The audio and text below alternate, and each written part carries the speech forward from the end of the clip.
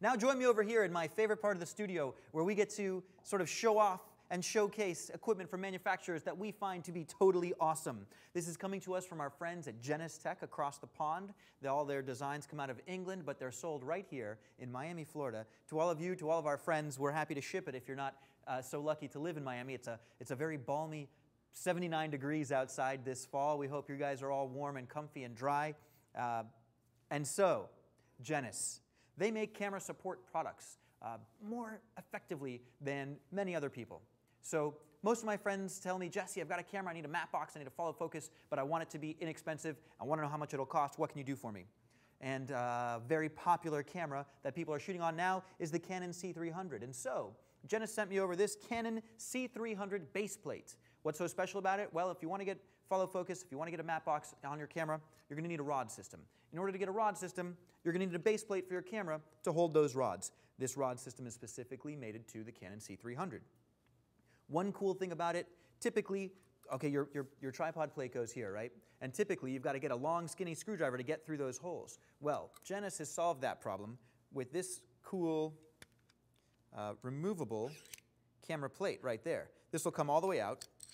You can screw that into the bottom of your Canon C300, and then when you've got your camera attached, slide yourself right back into the base plate.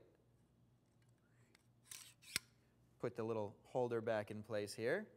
Lock them down with your locking knob, and if the knob is in the wrong position for you, it's cool. It's on a ratchet system where I can pull it out and actually change the direction of the knob here without having to worry about loosening or unloosening the screw. So we've got it tight, we put it in the position we want, very solid. You notice I've got some rods, some rod extensions here, right? So we can make it longer and shorter.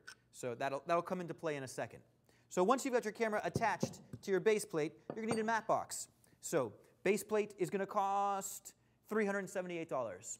Then their advanced matte box kit is going to be another $1,422. So the base plate and the matte box together, $1,800. Very effective, very inexpensive matte box kit. The matte box kit comes with everything you see here, including 2 side wings, 1 eyebrow. You can position this, it's all about blocking the light that you don't want hitting the lens from your camera, right? It also comes with 2 filter stages, because if light is going to get in, at least you can manipulate it somehow. You can put your ND filters in here, your coral filters, your tobacco filters, whatever you want to do to change the look of your image optically. So you've got 1 rotating filter and 1 static filter, and so here's your rotating, right? Here's your static filter, and these are combo. They'll fit a 4x4 or a 4x565 Panavision size filter. Some other cool bits of this matte box are right here. This, what they're calling nun's knickers. This is a universal donut, so regardless of the size of your lens, this will stretch and adjust to fit it just right, blocking all the lens in between the matte box and your lens, blocking all the light in between your matte box and your lens. If, however, you already knew the size of your lens, it does also come with this standard clamp-on ring. You take the nun's knickers out, you put your adapter ring in, boom, there you go, you're locked exactly to your lens. Adjustable, not adjustable, both of these come in that little package. Couple other cool bits that come with this matte box package, an adjustable height bracket. So if your matte box is too high for your lens, check this out. Undo this little screw here. You don't need a screwdriver, but if you had one, you could really do some cranking. And then you can slide the position of your rods up and down this adjustable bracket, and now I've just made the matte box lower down. If you're switching cameras and there's a difference in height between one camera and the next, you can simply loosen this screw, slide your rods down and your matte box up, and very easily change the height of your matte box. Very nifty. One last cool piece that comes with this Jenness Advanced Matte Box Kit is their swing-away bracket. Now, a couple other companies out there are making swing-away brackets, but there's something that I like very much about this one. It's this little release lever. So if you try to pull the swing-away without releasing the lever, you can't do it. But once you release the lever, that allows you to actually pop the swing-away out of place. So there we are. Now I can swing my matte box away, right? Do a lens change over here, and swing the matte box right back into place. Very nifty. Also helping you out here are 2 sets of magnets here and also here. So once you've got your stuff in place, you hear that little click? That's your magnet. That's your magnet holding your swing-away bracket in place. Very nice from our buddies at Genus. That's your matte box package. Now, matte box, follow focus, base plate, that's not enough, right? Because we've got to hang monitors and viewfinders and brackets and this and that off of our kits, because it's no longer just about your camera, now it's about your rig, right? So you see that we've got some rods that we can slide our matte box on and off, but what if I want to put more? What if I want to put battery adapters and all kinds of stuff that I want to attach to my camera? Jenness has some really cool accessories just for that. For instance, this little device right here. They call this their cheese bridge. It's a cheese bridge because you want to put a cheese plate on your rods. So you slide your rods through here, okay? You clamp down, and you'll notice I've got 1/4 and 3/8 inch thread here on the top and here in the middle. This you could put a vertical cheese plate on.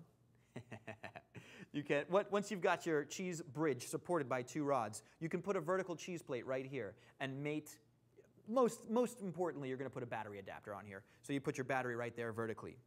What if you wanted to put a viewfinder, or like put a Noga arm and put your special EVF Pro from Zacuto or something like this? You can lock into these little threaded holes just like that, or you could use this cheese rod. All right, if 6 holes isn't enough for you, check this puppy out.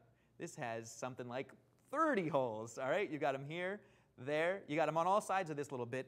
It's a 15mm thread, so it goes right onto your 15mm rod, and it provides something like 30 1/4 locking holes, so that you can put all kinds of stuff popping out. A bracket to hold your wireless audio receiver, a bracket to hold your viewfinder, a bracket to hold your monitor, a bracket to hold your battery adapter, all that kind of stuff right on this cheese rod. Pretty handy to have. Don't get caught without it. If the cheese rod and the cheese bridge weren't enough, if you still needed more mounting accessories, let's say you had yourself a Sony NEX FS100, get the cheese plate for the NEX FS100. Using this shoe adapter, slides right into the top of your camera and provides something like 7,000 mounting holes. And they're all mixed between 1/4 and 3/8 inch. All right, you can check my math. It might be a few fewer than 7,000. What if you didn't have an NEX FS100? What if you had a Canon C300? Bam, there's your Canon C300 top plate, complete with its own 7,000 mounting holes. 1/4s, 3/8 inch, and a special steel. All right, this is not aluminum, this is steel. Shoe mount right here, very strong stuff. So Jenness is going to let you plug your accessories into the cheese plate, the cheese rod, or any of these top plates for your cameras. But Jesse, you might say, what happens if I've got a 1/4 male thread and I've got a 3/8 inch female threaded hole, or vice versa? Well, I'm glad you asked, because Genus also allows for this G-kit. It is a socket adapter kit. In the socket adapter kit are some really nifty bits. For instance, this little guy is a 1/4 male thread that allows to be stuck right on the end of a 15mm rod. So you could take this 15mm rod, slide your 1/4 thread right on the tip of it like this, and now let's say you've got a Noga arm with a little female hole, it comes right off the front of your rod. Pretty sweet. Additionally, if you've got sort of a weaky little 1/4 female stud, and you were afraid to put it in here because it doesn't seem strong enough, they've got an adapter for that. This is a Genus 1/4 male to 1/4 female adapter. So you find yourself a 1/4 female hole, slide this in, and now you have a reinforced 1/4 female thread. That is strong enough to hold any Noga arm, any sort of articulating arm with a 1/4 male thread. As I alluded to earlier, here's a nice little adapter. It's a 3/8 inch male, 1/4 female. There's a lot of stuff going on. Here. So you find yourself a 3/8 inch hole, smash your 3/8 inch adapter in there, and now you've got a 1/4 hole where you used to have a 3/8 inch hole. It provides a little bit more sort of reinforcement than just threading into the top part of this plate. You've got all this nice, delicious sort of distance that you can sink your thread into for strength and reinforcement. All right, that's our buddies from Genus.